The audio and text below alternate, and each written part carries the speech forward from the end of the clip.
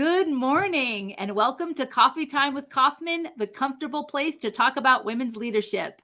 Today, I am here with Evelyn Miralles, and we are talking about leadership ideas you can steal from women in aerospace. Hey, Evelyn. Hi, how are you doing? Good morning. Good morning. Evelyn is an executive leader and a pioneer in computer technologies with over 30 years of extensive experience in roles within the public and private sectors. She has a successful record of creating partnerships and generating initiatives that lead to innovative solutions and services benefiting our growing, diverse, and digitally connected world. During her 27 years tenure at NASA's Johnson Space Center, she served as the chief principal engineer. Her computer acumen and vision helped to advance human space exploration by developing state-of-the-art flight software and hardware systems with the purpose to prepare astronauts to perform dangerous excursions in microgravity. Evelyn has been honored with the prestigious Flight Safety Award presented by the elite NASA's Astronaut Crew Office. She also received the UHCL Distinguished Alumna in 2016. She was named as one of BBC's top 100 inspirational women in the world in 2016 and one of CNET's top 20 most influential Hispanics in technology for 2015 and 2016. Currently, she is serving as a business associate for Aerospace, providing her expertise building internal teams, competitive products and services for new market trends. But before I get into leadership ideas we can steal from Evelyn, my name is Maria Kauffman, and I'm a life coach. I'm drinking a dark roast from Guatemala. What are you drinking, Evelyn? I'm drinking my Colombian coffee. I'm jealous. Jealous. Colombian coffee is one of my favorites. Awesome. Yes, it's delicious. So happy to be here with you. It's an amazing bio, certainly that I shared with everyone. Help us understand a little bit about leadership and what was some of the success that got you to where you are today? Oh, well, there's so many inputs or maybe experiences in the area of leadership. But one of the probably key points, things that I learned through my time will be to really being able to listen. To be a good leader, you have to kind of stop talking and pay attention to what people are saying. So a lot of what I do, especially early on, as you're engaging with a new team, is to take the time to listen and see where people are, what are their expectations, their challenges, and that's probably the biggest important, input that I can give early on. As you navigate through all that process, you start then engaging in a more in a way that you can help them and guide them through the vision that you have for the institution or organization, etc. So awesome. So how did you get to this point where, I mean, you've done some amazing things. It sounds, pretty intense. What allowed you to have some of that patience and that resilience to be in a place where you can listen in some of these environments? It really it does takes time because there is a lot of lessons learned, or you gotta basically practice. Practice make perfect. As you endeavor into the process, and the more you do these activities in the way of either if you're managing or leading per se, it takes some time. It takes sometimes doing errors, making mistakes, and then depending on the team and the group and what is your a specific area field that you're serving. So it takes that time of learning from the mistakes. So in order to be and to continue to improve through time, is basically looking at the mistakes and trying to fix it towards the future, and improve it. And you do this through a circular, what is it, a circular process in which you learn, you implement it again, and then you do it again. And it's a constant way of leading through time. So it's never static. You don't just stop and say, oh, I know everything now, I don't need to learn anything else. And that's not true. You're constantly learning. And I don't think that no leader can tell you, oh, I'm done, this is, I know everything. That's not true. There is different scenarios that you need to be prepared. And in this age, in these times where we're dealing with so many changes in the environment, social, economical, and etc., we can say that we need to be very agile to learn and put in practice different way of leading. Let's put it that way. Oh, I love that. So it's almost like the more things get a little bit intense and complicated, that's actually an opportunity to be more agile. Right.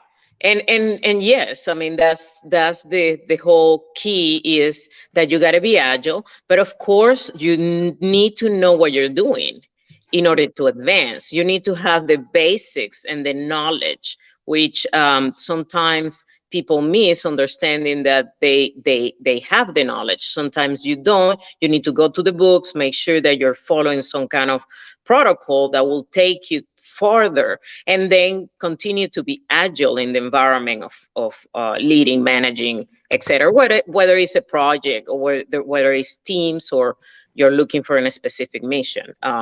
So you need to make sure that you have the tools. And that's right. Education. Yeah. So when you talk about it like that, there's these two sides where it's like a technical piece and a leadership piece.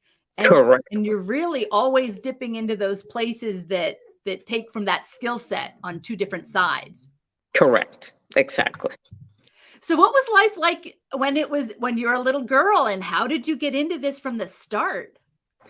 Well, I mean, when I was younger, I never thought of really getting into the space industry, because I was just, a child kind of growing up with engineers, because two of my brothers and sisters were engineers. And so I kind of usually tended to be inclined towards the STEM fields, in mathematics and things like that. But I never really envisioned myself in the space. As I was growing older, I play a lot of, Lost in Space kind of things, and kind of, I was very creative too, artistically. So that kind of put me into the position of imagining, or other scenarios and worlds and things like that. So as I became older, I really got engaged into the computer side of the industry, and I really like programming, and then seeing things come up in the screen,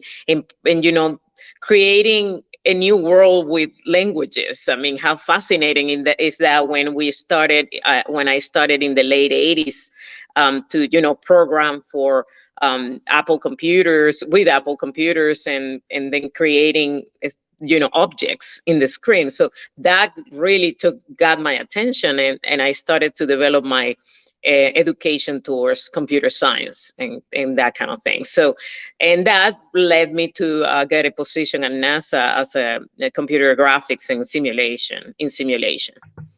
What can you tell us about, because that was really the pioneering days. I mean, that was just getting started. Everything was new and exciting. From your perspective, what would you say about the changes from those early days to now? I mean, it's such a transformation from back in the day, what a screen looked like and that technology. Help us understand. Oh my gosh. I mean, I have so many stories. I don't think one show will make it, but the really early age or stages of even getting into the internet. When I first started at NASA in '92, I mean, we were just in the beginning, stages of really logging into a browser or anything like that, looking for information. It was very archaic, slow, everything. And I remember also I was developing immersive technologies like virtual reality, augmented reality, that kind of thing. So it was so very slow, and very tedious, a lot of work. So I can say that that time allowed me to understand exactly how that will impact the human in the loop when you have that kind of technology, and then you immerse in a human in there. And so we really were able, I was able to kind of see that growing in that area and see the impacts, because the timing and that it took to even develop that kind of technology. But obviously it was other times compared to what we have now. But the incredible part is that throughout my time, I was able to learn as the technology and being ahead of what was coming, because that was part of the mandate from NASA, supporting new missions that very few people really even knew we had in a space station orbiting the Earth. So yeah, if you ask, I remember 15, 20 years ago, you asked people if we have astronauts around orbiting the Earth, and they didn't even know. So, imagine if you go even before that, just, supporting missions that the general public was not engaged, because there was no social media. There was not any any of this network interconnected, or TikTok or Instagram, where people are posting all the time. So, people have no idea, but I was already at the moon, virtually, even Mars. And that was fascinating too. One of my first simulations was actually the lunar lander. So I've been there many times virtually. Wow, so that's so interesting. So much has changed, not only just even the technology and what it was like to experience it, from the early stages. So I'm interested too, even from your education, education is changing now, and now people are getting more specialized because of the growing field of engineering and everything around the world, and technology changes us. What is it like from a leadership role then to kind of have some of these specialties in education and see a whole different generation come into your leadership realm? Well, that's very important, what you just mentioned about education, because it is definitely changing. I think because we're moving so fast into what is accessible, what is possible, even with um, a more superficial understanding of behind the scenes what a technology could do. You can do a lot of things with a higher level understanding. Now that could be fantastic depending of what the organization is trying to do, but in another side, if you don't understand it deeply how that's interconnected at the core, then you're missing a growth. So it's very strategic, but there are right now so many levels of education in this area that we got to be very careful, how you hire and how you educate the new workforce to either implement for, depending on the service or product, and that kind of situation. So again, you have the more higher level user, and when I say user, is developer too, and then the intensive developer and researcher R&D going down, into the core of the hardware and the software. So there are so many levels now, and we need more people, because the technologies in general and the products we can make are now so wide range because of many parts are available, materials are there, etc. Then now we need more people developing at the higher end. So the education for that workforce is going to be different. It's going to be more agile. It's going to be more implementation right away. So it's very different to what we were doing. Now I was carrying on completely from design, R&D, to implementation to maintenance operation, all of it. So I did all the transition through the implementing software and hardware applications and services.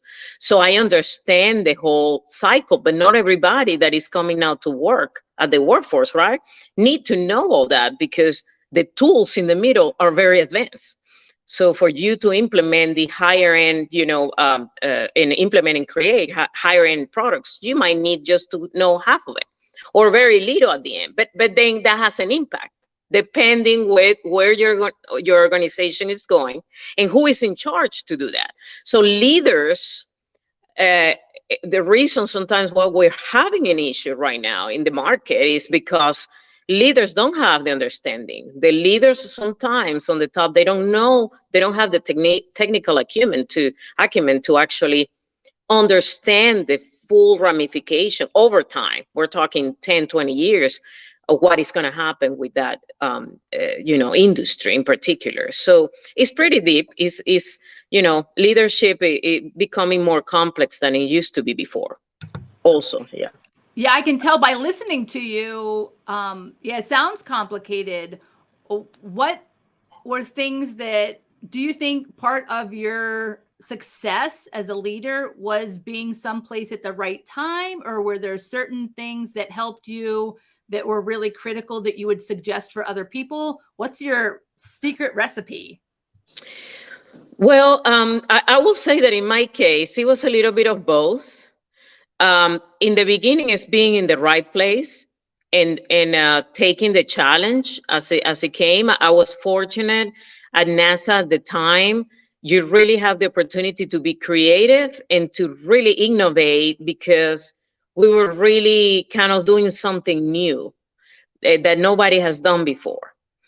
Then as time went by in my career, I have to be the leader of my own leadership, of my own next step, and then taking the challenge myself. So what I did, I turned out to be the challenger of the system, right? The challenging of, so that comes after I realize, okay, I have enough knowledge. I know what's going on. I understand the environment, because you could not do that if you don't understand it. So once you understand it and you know the ramifications of what you can say, or one vision or a vision that I have, and how to promote that or bring that to the table, is later on, as you become knowledgeable, then you start doing that and continue to challenge in new projects, etc. And the fact is that as I was retiring from NASA in 2019, I became the voice for a lot of the immersive VR technology at JSC, and I began, putting people and teams, and also communicating things that we were doing. And then, as I moved to higher education, that was the idea, that challenge of now educating and in leadership and in technologies. So again, it's you need different skills, but that's kind of how it happened to me. Well, that's interesting. So it sounds like, sometimes you were in the right place at the right time, getting an experience and an education as it unfolded. And then, people are reaching out to you. So were there times where you were very specific on the path that you wanted to take versus some of these other, people that wanted to? Yes. And that's important. Yeah, because, we all have different kind of stages in our life. And I always promoted the fact that you got to be happy and content with what you're doing. So as I was going through my career, for example, I many times I have to really make sure that I was challenging myself and constant. And when I couldn't find it anymore at my step where I was in NASA, I started questioning, and I started going outside and say, okay, I need something more. I think we can do this better. What else is there? And it might take you a year to figure it out. It might take you 5 years, Or you decide, well, you know what, I need to take in consideration my family, my, what are you doing your holistically in your life, right? So it depends on you. It's very personalized, but you do need to challenge at some point, because otherwise you're going to get bored. You're going to just no growth. And the beauty through life, I think, is to have that purpose through what is it, engaging and improving yourself. And otherwise you're kind of like dying, and that's the way I see it. And anybody that has come to any kind of education, whether it's obtaining any kind of education, you want to learn more, you want to improve. I mean, it's a human condition. It's like telling me that we don't want to explore. We all want to explore. We're explorers, right? That's why I love the space industry. And exploring is also exploring the mind, your mind, and improving. So that's what I will tell people. Just not don't get ecstatic. I mean, you don't need to switch every 6 months, but you do need to challenge to find a better position for you, and do something that will enhance your future education and knowledge. Awesome. I think that is very important. And so thank you. Well stated in that, sometimes you do have to be patient.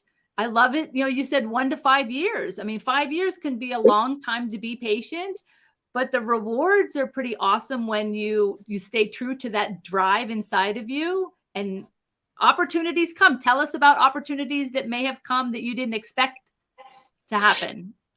Well, I mean, there was many opportunities. As for example, later on in my career at NASA, I remember getting a lot of opportunities to do speaker engagements, for example. And that was the perfect time in my career, for example, because I already have developed, designed, been involved with all this stuff.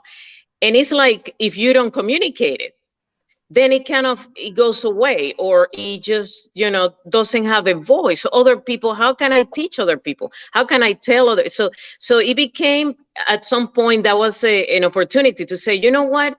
Now social media is getting, now you have these different platforms to communicate what we were doing. Let's do that. And as I began doing that, and this was, I can tell you, probably in the 2012, maybe a little bit before that, I started communicating, for example, what we were doing at NASA and the development in the immersive technologies. And that gave me an opportunity to go out there and present about the technology, talk to other people that were also knowledgeable, for example, and talk about exploration and space and all this, new commercialization of space. We talked a lot about that. So doing that gave me that other opportunity to say, what else is for me? What other kind of leadership? And the more I went into it, I understood that we had to change our education and how we were educating, because the technology was just running so quickly that I thought people are running behind. And I started seeing, okay, this is going to be an issue in 10 years. I need to get into the education. I need to make sure that, how is higher education doing? What do we need to do there? And that was kind of my next opportunity into doing that. Not as easy, and it's complex, but I think that little by little, we're going to get there, either whether we want to, or because the system is going to start pushing us to educate differently. Wow, anyway. That's pretty awesome, and nice to take that, or to see that gap and to act on it. Correct. So tell me a little bit about what support looks like in your world, both in your career and maybe outside of your career. What do you mean, support? I would say people who are advocating for you and just helping you, and maybe that means, just family that allows you to be who you are. And they must, I would imagine some people are looking at your world and what your life is like, and it's so vastly different than other people, but there's still an appreciation that hopefully is reciprocating, where people can offer just a loving environment. Yes. Right. So family might look different than career. That's why I'm asking, like, what does support look like for you? Well, that's a very interesting question, because we talked a lot about mentorship. Who are your mentors? And I can tell you, because I also have given a lot of mentorship to other people. And throughout my career, and life in general, holistically, including family, one thing that I can tell people is that the drive, the passion, the happiness comes from within you in whatever environment you are. You might be in an environment where you have a lot of support, maybe not, but it doesn't matter because it comes from you. The power comes internally. And when people realize that, I cannot tell you there is one person, one thing. No, it's a holistically a lot of things. And as I was going through my career and still going through my career, I cannot find that power or that support in somebody else. I need to find it within me. And that passion has to come from you, because otherwise it will not be sustainable. So there has been a lot of loving. Obviously, you have a loving environment. You want to have it. An individual wants to have a loving family, a loving environment, a great work environment, team. I do have to say that I was lucky, because I was lucky to have an incredible team through my NASA experience. We were able to have a very tight and loving and respectful team overall. And that allowed me to grow and to be myself, and that was a great support professionally. And of course, you need to have it in your family, but that's something personal, individually, everybody has to do. But I think that support from a good team, understanding and respecting, is very important. I did have mentors throughout my career, and I had, but it really, more than mentors, I have people that I listen to for various things. So you got to be very smart, and not as smart, I will say open to listen and capture and just get what you need for yourself, because it's personalized. It So is. It's so personalized. So personal. you describe that perfectly, because when I look back on my career as well, some of the people who really challenged me, I can look at it as complete support, because they actually, in the interaction that I had, they allowed me to step up and discover that inner strength, because they weren't like spoon feeding me, right? Correct.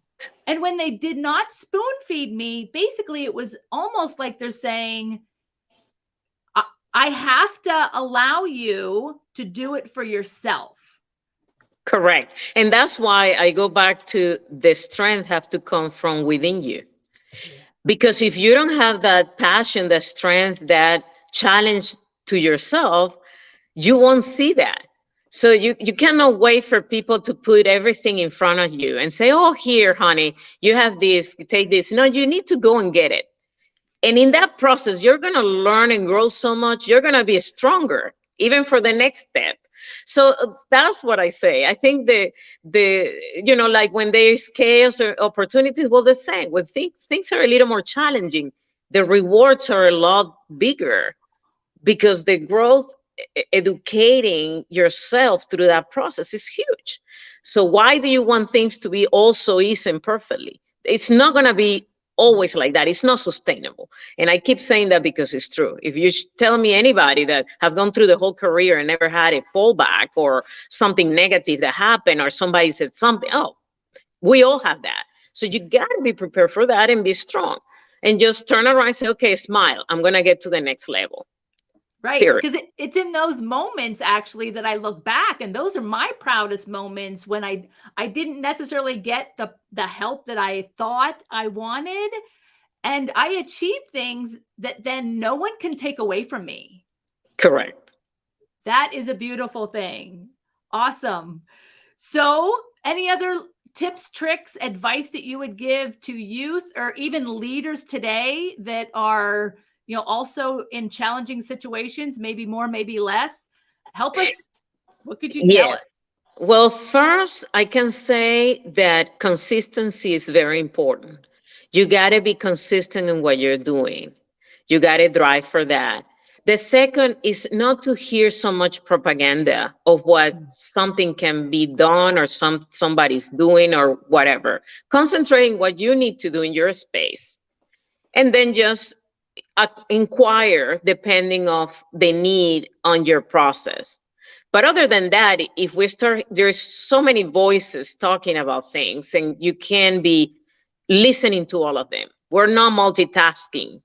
We're not multitasking. We cannot do several things at the same time. We need to focus in things. So be consistent, and then don't listen to propaganda or too much of a something can do or a technology can do this and that when sometimes the reality is not true.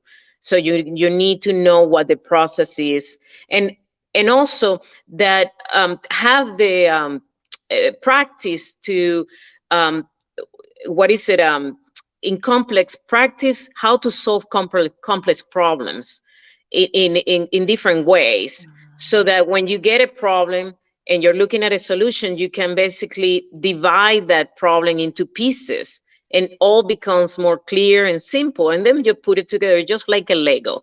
That's why I love Legos because it's kind of a foundation, right? You have a big problem, but you can break it down in pieces, and then you understand that, okay, it's not as complicated, and then you put them back together again. So you have to have that kind of process mentality, obviously, especially in this area, in engineering, computer science, in these fields, obviously in STEM. But those will be kind of my biggest advice. And then never give up. I mean, if something doesn't happen one way, you turn around and you reinvent it in another way.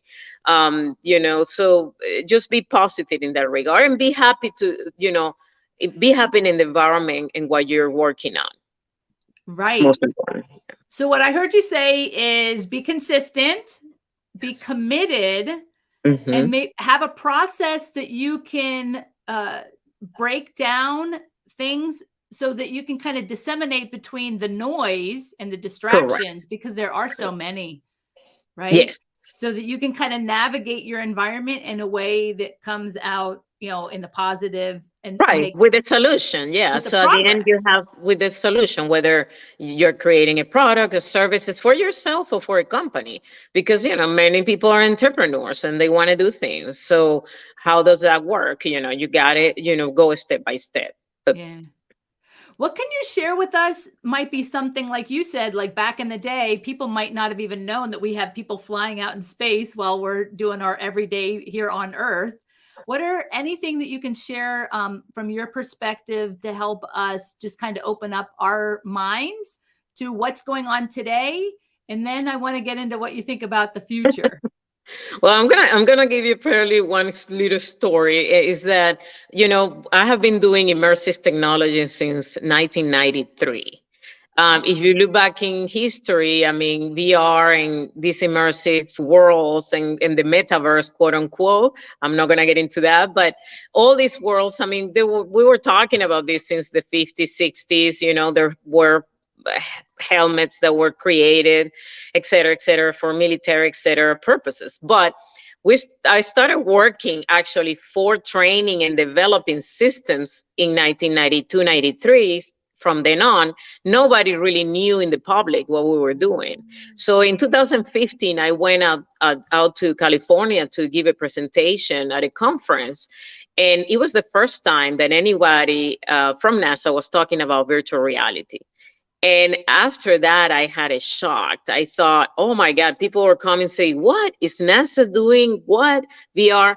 And right in that time, it was when Facebook was acquiring a company called Oculus, right? The helmet, the helmet Oculus, and all the stuff about immersive technologies. And they couldn't believe that we were doing anything, with VR. And by then in 2015, we already have like 20 years actually training astronauts with VR, and nobody knew about it. So you see how that will be something that right now, when I hear all this technology and things coming out with the, Web3, metaverse, what is immersive, the streaming, bandwidth. I'm like, okay, we have done this. Where are we going with this? What's the end result? What's the product? I mean, so these are very interesting times because social media, the environment, internet, has made it so available for this information to be out there. But what is it really working? What are the things that these products that we have built used for really? Are they useful? Is it positive or negative engineering? All these things that people don't get. They're just listening to the boss, right? So I can say that was probably one of the fascinating, things that I have encountered going out there to the public. Cool. So obviously there's a mix of challenges and successes. What can you tell us about the overall fun or joy or whatever, really stands out as your passion over your career so far? Well, I think my passion right now is to build things from the ground up, understanding now exactly what it takes, building teams, building solutions, utilizing very new technology, the implications of that. Obviously, love aerospace. So I think I've gone through my career doing the R&D all the way, and development and implementation, then education, which gave me that time in the higher education, gave me the opportunity to be more in the leadership and see what we will need in the other end, right? Educating. And then now as a consultant, I really can put the strategies together for specific industries. So that is what is fascinating to me because of the pathway of what I've done. So it's kind of fascinating being at this time and seeing what is happening overall with. I would say so too. It's a really exciting time to be alive. So yes. we pretty much recently passed a 50-year mark from landing on the moon for the first time. What is any vision that you can help us really take us out into the future? What are the next 50 years going to really look like? Well, this is kind of exciting because since I arrived at NASA in 1982, my first project was to build a simulation for a lunar lander. So if you go back now 30 years, and now we're really talking about going to the moon, back to the moon at some capacity in 25, it's very exciting. But, that was my first assignment, actually. Then we deviated. We say, okay, we need to finalize the shuttle program. Then we need to build a space station. We need to learn more about living in aerospace. And then we did all the building of the ISS, International Space Station, 17, 18 years. Then, maintain it. Now we're getting ready to back to the moon, do a gateway over there, and actually land again and live there. So the excitement of now actually being able to do it is incredible. For me to see it finally, right, since my beginning in those ages. And also the commercialization of being able to open a space for other regular people is exciting too. So we can have the opportunity to send to space other individuals that are not just the astronauts that we train through NASA, but now they're going to be, the regular people that can tell us a story of how that feels and how can we improve it, etc. So the exploration is fascinating, and I think that that's part of the human being. I mean, we tend to look up and look forward, and that was keep us alive. So we can never. Always need to support exploration towards the moon and Mars. So and what comes with it, and all the discoveries that comes with it. Right. So it's kind of like, if we kind of remember what it was like, 30 years ago, to have those dreams and to have those visions that truly came true, obviously. So to have or instill that ability to dream big in the youth, I think is definitely very important. Well, and one time, and this is many years ago, when we were talking with a group actually from Facebook, now Meta, right? One of the things that I was promoting, and this is back in the days, we're talking a long time ago, and now I'm hearing about it, is, we have immersive technologies. What about, the astronauts stepping on the moon, and we streaming that data to the public throughout the world, and people can get a helmet, and then they can visualize what the astronaut is looking in their space, right? As they step in real time. And so that for that we needed, the Starlink, we need all the satellites, we need the communication, that's all being built, whatever, etc. That was the idea. There's going to be so many exciting times to being able to actually see that and advance that promise that we gave as we commercialize the industry. And it's going to be fascinating towards the future. And I think part of that is when I hear you talk about these things, it's so big, and there's an understanding that everybody plays a part in this somehow, right? We all have jobs on some level that contribute to being able to do these amazing things. Yes. I mean, to go into space, it takes so much. It takes many disciplines in many fields to get us there. Not only engineering, you have communication, you got, business, you have, it's so big. And as we open it to be more commercial, even more so, there is going to be a lot more opportunities in different fields. So we all can take a part if we want to, be in those fields. So it's just a matter of as the industry grows and is more open, and not just for the government or for a few, Right. And I think there's a lot to be proud of there too, I guess, because a lot of times, if you're so disconnected and you don't understand that the work that you do actually does contribute to allowing these people, you lose that sense of pride. So there's a lot for everyone, everywhere around the globe too. I think that's been phenomenal, is that it's not some of these more advanced countries, it's everyone. Correct. Yeah, and that's the beauty, because in any part of the world, any nation, and they have their own dreams, and they wanted to do things from their own youth, their own generation. So they all can have in part in building something unique of their own that gives them that inspiration. We all need inspiration. Yeah, we absolutely do. And speaking of inspiration, as we're coming to a close, do you have any inspiring quotes or anything you'd like to share with the audience? That I always say that the sky is not the sky is the limit, but some people are saying no, it's not the limit, and it's true. The sky is not the limit. You can always you need to strive for the best. You need to strive to see things better and improve and move forward and advance. So that will be my quote. Sky is not the limit anymore. The sky is not the limit. Evelyn, thank you so much for being on the show today. How should people get in contact with you or follow you as you continue in your success? Well, I'm in LinkedIn. I'm also in Twitter, if you have that.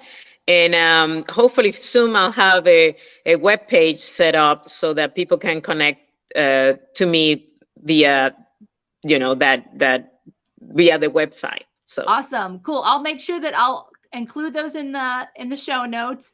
And as soon as we have that information, I can always update it, even if it comes later. It was such a pleasure to have you on. Thank you for your expertise. Thank you so much for the invitation, and I truly enjoyed it. And I hope that we meet again. Absolutely. And we will get some coffee again. That's right. Get some coffee again. Awesome. Well, take care. Thank you. Thank you so much. Thanks, Evelyn. Coffee Time with Kauffman is the comfortable place to discuss women's leadership, because I am on a mission to help the world discover the truth about what women are capable of. When you are ready for your leadership mastery makeover, go to mariakauffman.com and click on Consult a Coach, where you can schedule time with me for an empowerment session. Have a great week. Enjoy your adventures and journey responsibly. Thanks again, Evelyn. Thank you, Maria. Take care.